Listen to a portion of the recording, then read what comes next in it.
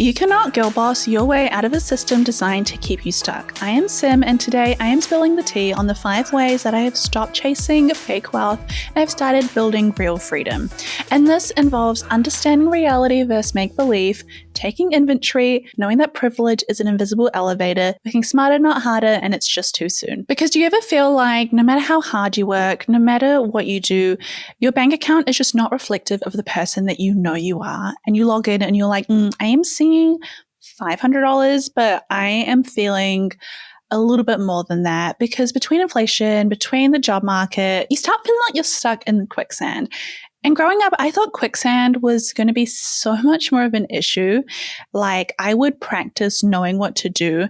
And yet the quicksand that we are experiencing in our life is like the lack of money and the lack of ability to be able to do the things that are important to us, like being able to buy a home. Like, that is a right. Being able to have a job that we enjoy, being able to save and invest and create a better life for yourself and your family. Like, these things should not be difficult. And my goodness, logging onto Instagram and seeing everyone else appearing to live that life is no good for me. It is no good for you, but I'm so excited to share what I've done to help. The first is understanding reality versus make-believe. And I don't know if I can actually stress enough like how frustrating it is, because I still remember my first time that someone did something and I was like, oh my goodness, this is the moment that I am going to stop trusting what I see online. My friend's younger sister posted a fake picture of her being on holiday because she saw all of her friends go overseas on holiday to the islands, having tropical holidays, drinking water out of a coconut. And she was so jealous that when she dropped her friends off, she went home and found a picture of Fiji and put her phone up to the picture and took a photo of it. I mean, this was clearly before you could just download a picture and upload it to Snapchat or Instagram story. It made it seem like she was there. I don't blame her. She was younger than us. This was in high school for us, so she must have been 14 at the time. But it is direct pressure of seeing other people live a certain life. But if you think about it, people that live that life aren't always living that life to begin with. And humans are wired to belong, because nothing is more powerful than being a part of something. And the study Burmester and Larry's belongingness hypothesis in 1995 highlighted that the inclusion in social groups was vital for survival and reproduction in prehistoric times. No one wants to feel left out. And during that time, it was a form of survival to feel like we are a part of something. It made you a part of a tribe. You got fed. You got to live another day. And look, we do not need a Stanley Cup to survive. We do not need a love bracelet to survive. We do not need scrunchies to survive, but it sometimes feels like it. It actually feels like you need to have the right lip gloss, have the Summer Fridays lip gloss, have a matcha, have Lululemon yoga pants and the same sunglasses, and just do everything that everyone else is doing, because people click with other people when you feel like there is a connection. But honestly, faking it till you make it is genuinely a thing that people do to build their businesses. Have you thought about real estate agents? When you go to an open home just to be nosy because the house on your street is open, and you're like, how have my neighbors been living? Did I live near really clean people that were Architectural Digest level? I need to understand. But you will notice that there is always a white BMW or a black Audi or some fancy car that is always outside the home, and it's always the real estate agent coming out with a full suit on. Look at Selling Sunset. Those women on those shows are dressed to the nines every single day, and it's obviously because, it's part of the show and it's just become this thing. But there is a little bit of method to their madness. This isn't just something they do for fun. It's called costly signaling, and it's a form of behavioral economics. Guys, we are not watching Selling Sunset for fun. We are actually doing behavioral economics papers in our own heads, and it was coined by Valbin in 1899, and it's a display of wealth or success which is meant to inspire confidence, even if it is not a true representation of your financial stability, which kind of makes sense. If I am going to sell my home and I have 2 real estate agents in front of me, if they are the exact same in terms of kindness, they make sense, I get along with them, they know the area, but one of them drives a Honda, and like, look, nothing against Hondas, I've grown up with them, Honda Accord gang over here, but the other one has like a really nice Audi and they're dressed a lot better. I'm just going to assume the Audi agent has the nice car because they've made more sales and they've sold homes at higher prices, which means that they'll be able to sell my house for money. And so it actually ends up making me think, well, I should probably go with them. Even if part of me is like, no, like give the other one a chance. I don't want to risk my home, so I'm going to go with the safer bet. But you can never become something that does not exist. And a 2023 CNBC study found that millennials, we are so bad at this. 40% of us have admitted to saying, look, I kind of want to spend a little bit more and I might even go into debt to keep up with other people online because all my friends are going on holidays. All my friends are buying nice homes. All my friends are renovating their kitchen, so I should too. All my friends have gotten a nice car, I should too.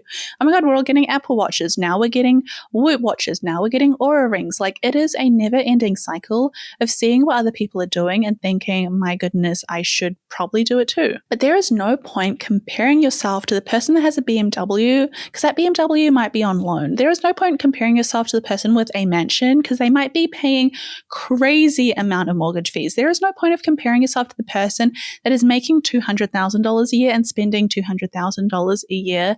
Like, I remember when I made the most money I'd ever made and I looked around me and I was like, why is my life not like what I see on Instagram? Why do I not have like a very fancy car, a big house? Like, if I'm earning what other people call good money, like I'm making six figures a year, but life is not looking like I'm making six figures a year. Even now, the home that I have is 90 square meters, just 90, not 9,000, not 900, just 90. And when people online are like, I bought a 15,000 square foot mansion, like that is 15 times my house size. But my house is a small home, but it's got multiple bedrooms. Like, it fits me, it fits my office, it has a guest room. Like, I think it's big enough and I think it's nice enough and it, like, you know, does the job. But just because I see online that people have these huge homes or these huge places does not mean that I need to do that as well. Because when I start looking at that, I have to remind myself that what I see does not mean that they own that home. It does not mean that they are not stressed to the core about their mortgage repayments. The amount of people that will go on holiday on a credit card and come back from their holiday completely in debt is so large and so much larger than I thought. And yet we look at that and we go, oh my God, like Sally is always on holiday. She is always traveling. She has always got the best fits. Sally has got like 5 different afterpaid accounts because she is living a life that she cannot maintain because she is also being influenced by seeing what everyone around her is doing.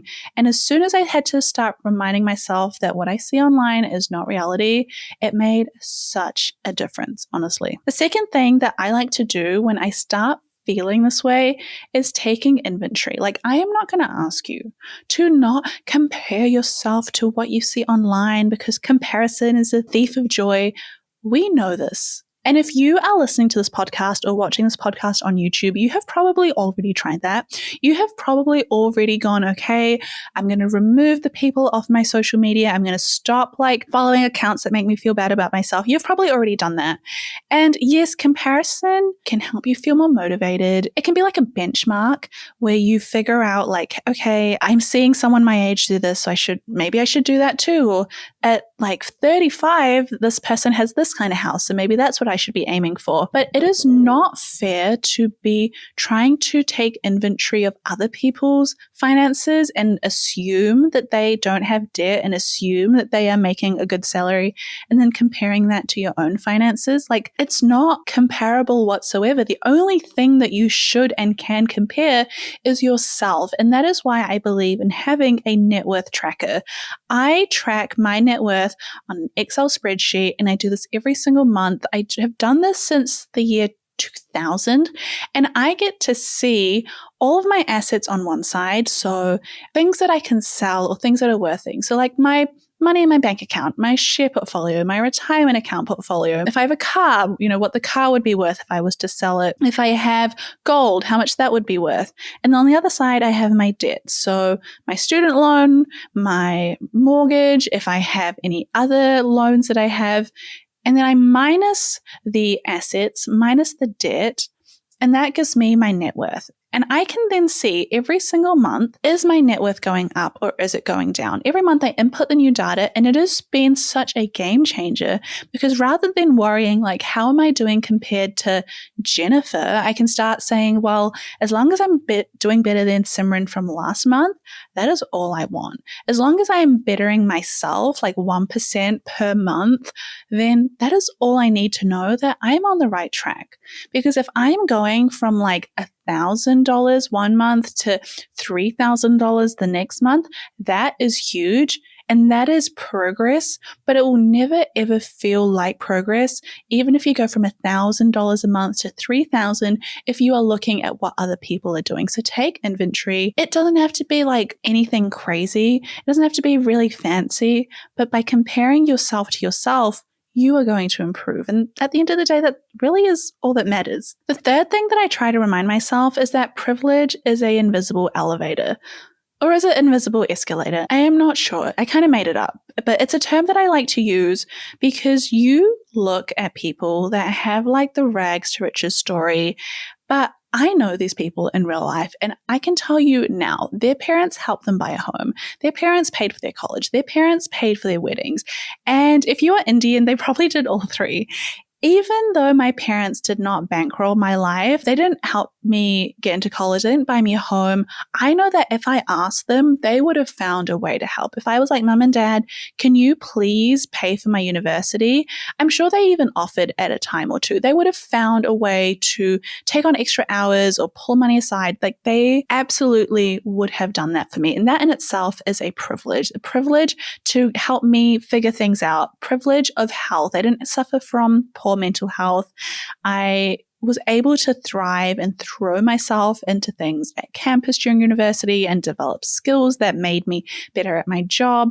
There is privilege that isn't always monetary, but then there is also genuine, like generational wealth privilege that you do not see because for some reason, and I genuinely do not understand why, there is some kind of like shame in saying, hey, my parents are really wealthy and I don't have to work. And the absolute lengths that like trust fund kids will go to be like, I'm an investor. I work in Bitcoin. I work in property. It's like it's okay. If you have $20 million, it is okay. I want to be your friend. I want to hang out with you. And I don't know who is judging you for having money, but it is not me. So you can just tell me. Because right now I am thinking that your job at this NGO is paying you well. And I just cannot figure it out for the life of me. But I knew a guy that owned his own venture capital fund, his own firm rather, not even fund. And his parents owned a large conglomerate, which means lots of different companies under one sort of overall company. And he had millions of dollars in a trust fund that the venture firm that he owned was something that he was doing for fun and something that he was able to then be like, when people met him at parties, they'd be like, oh, what do you do for work? And he was like, oh, I own a venture fund. It was literally just to say that he had something to do. And if you looked at this person on the outside, you'd be like, wow, so young, so successful, his own venture fund, like worked his way up. Connections make so much of a difference.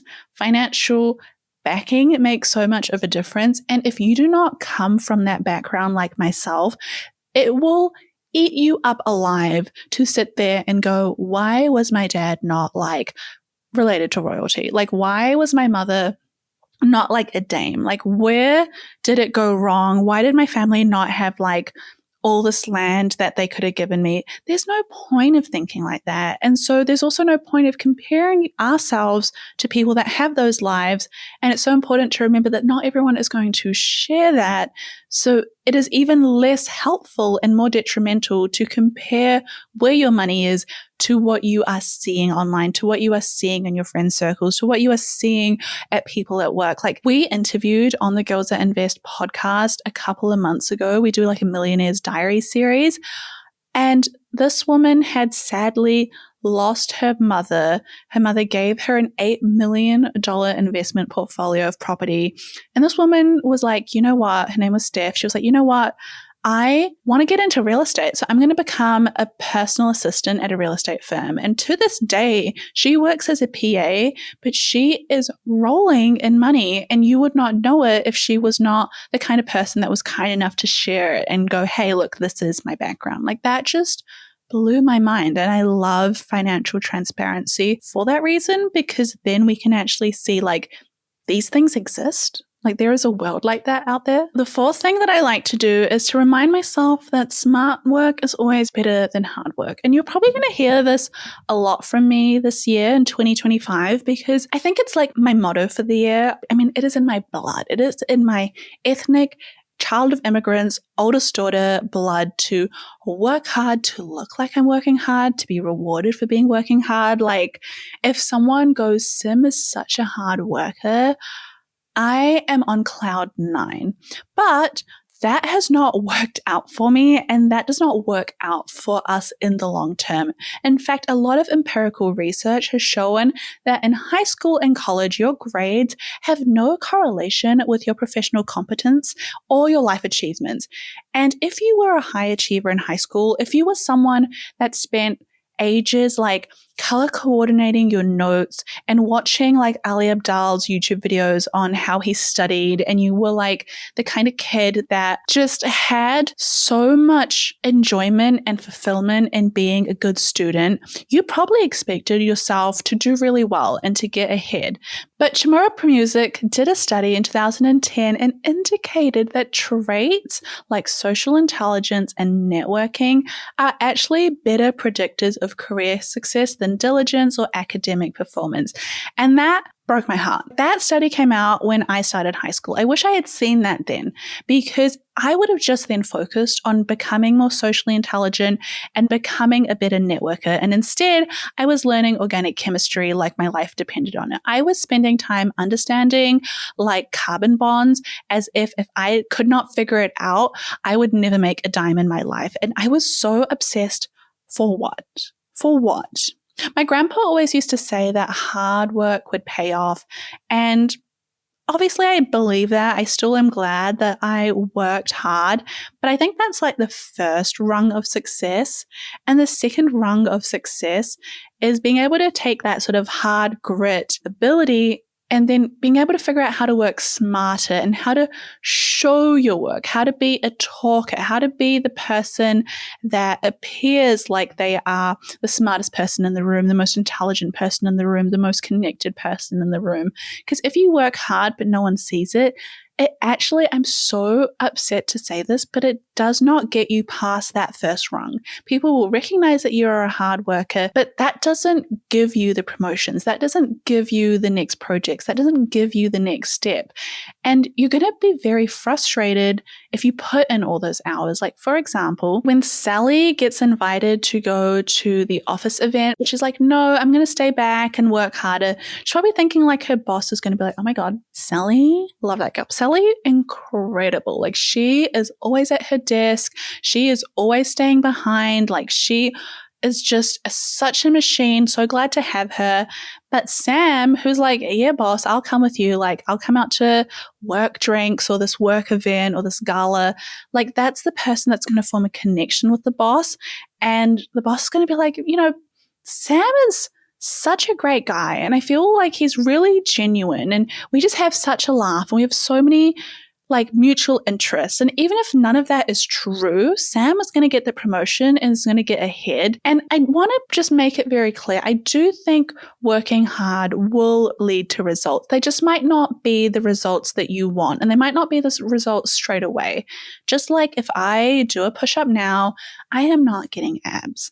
But if I put in the work every single day and I realize that it's not just about working out, but it's also about eating well, that will pay me dividends over time, and that is going to make more of a difference. But if I just focus on being a hard worker and then getting upset at everyone else because I'm like, how are they getting the promotions? Or how are they getting the awards? How are they doing the next thing?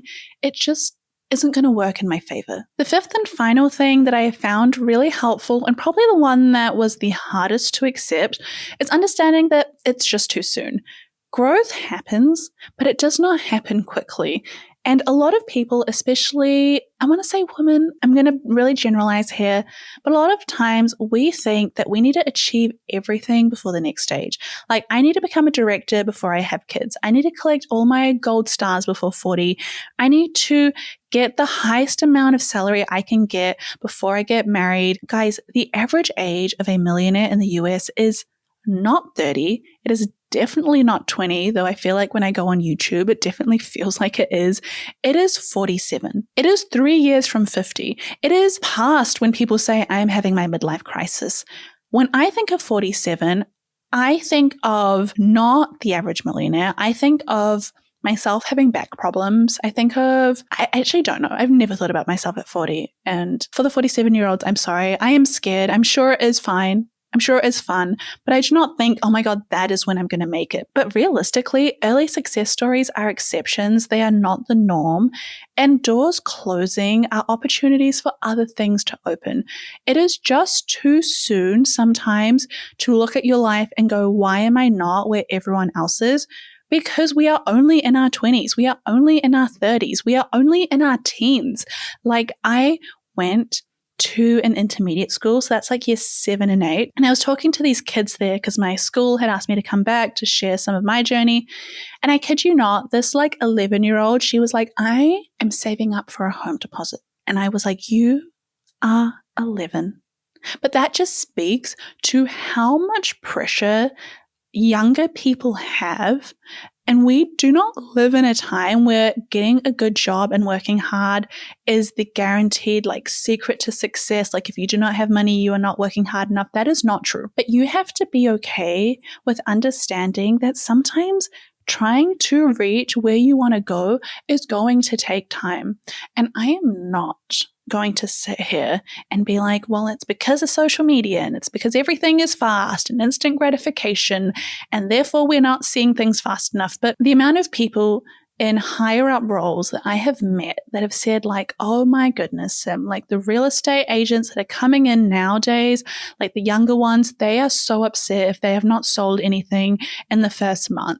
And oftentimes it takes like 1 year to get your first sale. If you start a business, it can take 1 year before you make your first product and get it sold. If you are starting up a job, you might take years before someone goes, oh my God, like, you know, Sim is actually pretty good. She should totally become a manager, or she should totally get sent to the next place. Like, it is okay to remember that life is not a race where you are trying to collect as many brownie points as possible. It is not trying to achieve peak financial success early and enjoy the rest of your life. It is a journey. It is going to take time.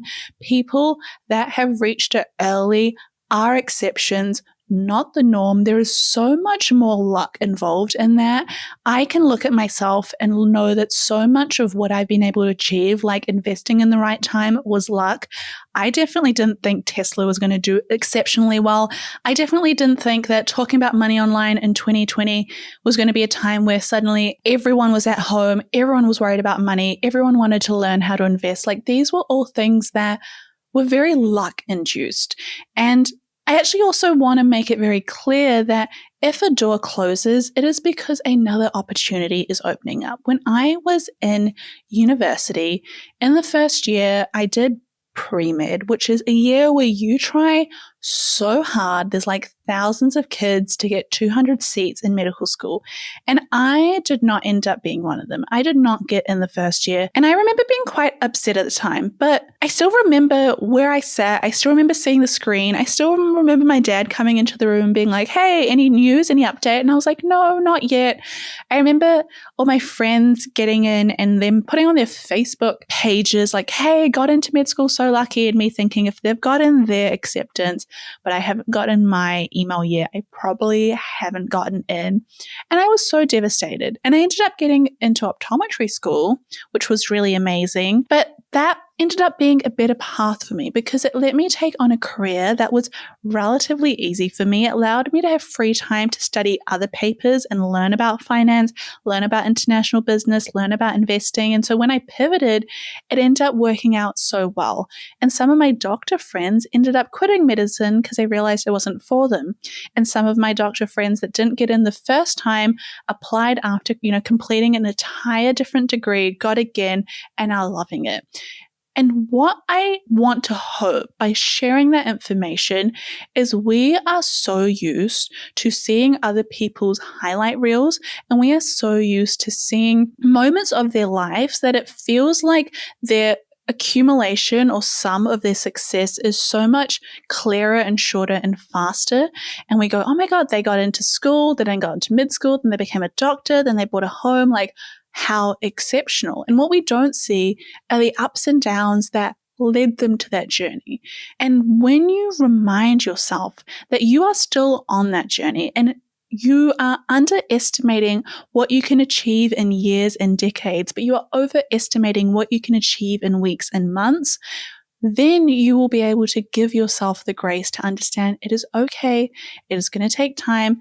And me comparing myself to other people and other people's finances is maybe me just being too hard on myself and understanding that it's too soon to be making those kind of calls. And you'll realize that there is no overnight success. But if you are open to working smarter, not harder, over a long period of time, then the odds are in your favor.